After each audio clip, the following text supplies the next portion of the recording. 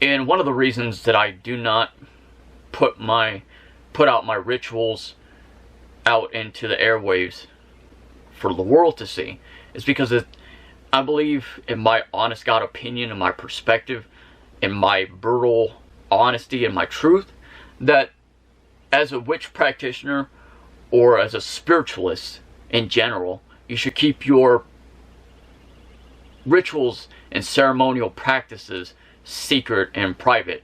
A lot like what secret societies do. A lot like what fraternities do, like the Knights Templars, the Shriners, the Freemasons, of the Free and Accepted Masons of the Blue Lodges. For this is because you, as an individual, you would find yourself to be scrutinized by so many people. Other people, witches would call you out. And they'd like to do this within the metaphysical community. There's no right or wrong way of performing certain ceremonial magics. And for the record, for this person to have, I'm not sure if it was constructive criticism, if this woman was seeking attention, but she basically commented on my feeding the homeless dogs video at the crossroads when I had given a prototype, a preview, and not even a sample of my crossroads ritual. I had given a small ceremonial offering. It was a professional, it was a kind gesture on behalf of myself, delivering myself to the deity in which deities in which I worship, that I work with, that I share sacred oneness in a relationship with. And it was the first time in my life that someone had pointed out that I was doing it wrong, that it was imperfect, that it was not immaculate. Well, the purpose of it was to have it concealed for the majority aspect. Like I said, I don't put my rituals out there. Only one time before, once or twice, ever on YouTube, had I ever projected a lot of my rituals out into the airwaves, to broadcast it, to put it out there into the public eye.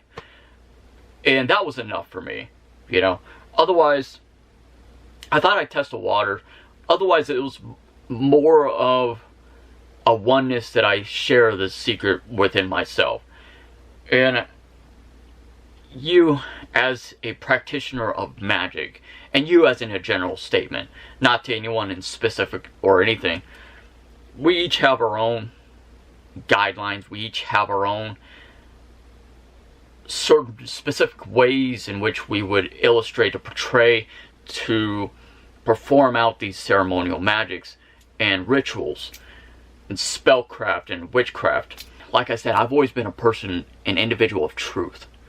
I've always projected the idealism of truth. But some opinions and perspectives. Well, one of the reasons I don't believe in the metaphysical community, I don't believe in a Gothic community, I don't believe in any organization, I don't believe in any groups, I don't believe in anyone else. The only one person that I trust and I believe in is myself. And I'm sorry, I am sincerely sorry if that sounds negative. What some people like Tyler would say, that's negative. No, I'm very much a realist. I get my voice out there. I project my voice out there. Whoever listens, listens. If they don't want to listen to it, then they don't want to listen to it. They don't have to listen to it. And if they don't want to believe in it, they don't have to believe in it. And if they don't want to synchronize that into the reality, the circumferences, their own perspectives, their own ideologies and belief structures, then so let it be so. So be it. Alright? I am not alive. My intention is not to be on this particular platform, to be on social media, as much as I hate technology and social media, to berate you with this notion that you have to believe in what I have to believe in, what I am saying. You have to believe in whatever you have a desire to believe in.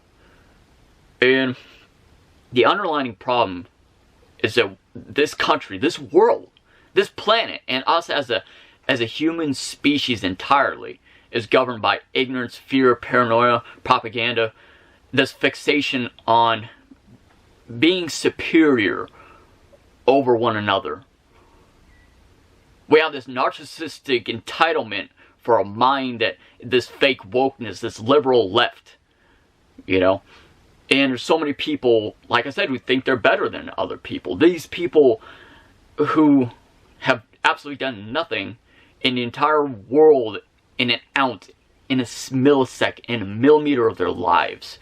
They're pathetic, puny, diminutive, futile, meaningless lives that they have never been a contribution of changes towards their community. And I've been praised, I've been credited by so many people for helping animal shelters, homeless shelters, and fire department stations.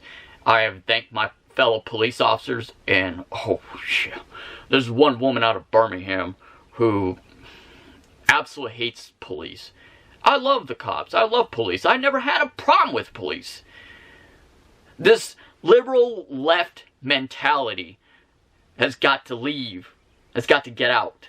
And like I said, I hate to bring politics into it, but I've been merging things into it, because fact versus fiction.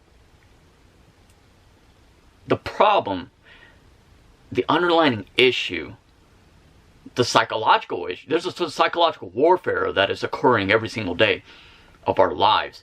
This divide and conquer, this divisiveness that we have to overcome. It doesn't matter if you're left or right. We have to see both sides for what it is and find a way of unity, not this fake unity as, you know, who calls it, but we have to come together in coexistence to help each other, to expand our minds, to grow, and constantly develop ourselves. And we have to share the flames, the fires of our passion and our creativity and our imagination. And we have to spark that within ourselves. We have to be ones to not procrastinate. Anyone, just about anybody in the world could complain and procrastinate about the current affairs of the world, of social injustices, whatever. You know, you put your mind to it, whatever. The environment. You know, just whatever. But it takes someone so much bigger of a larger of a heart to actually to adapt that free will, to bring it up from inside of you and manifest it into reality. For you to go out there into the world to envision true, actual, positive, optimistic changes into the world. And to bring that to the forefront, you know.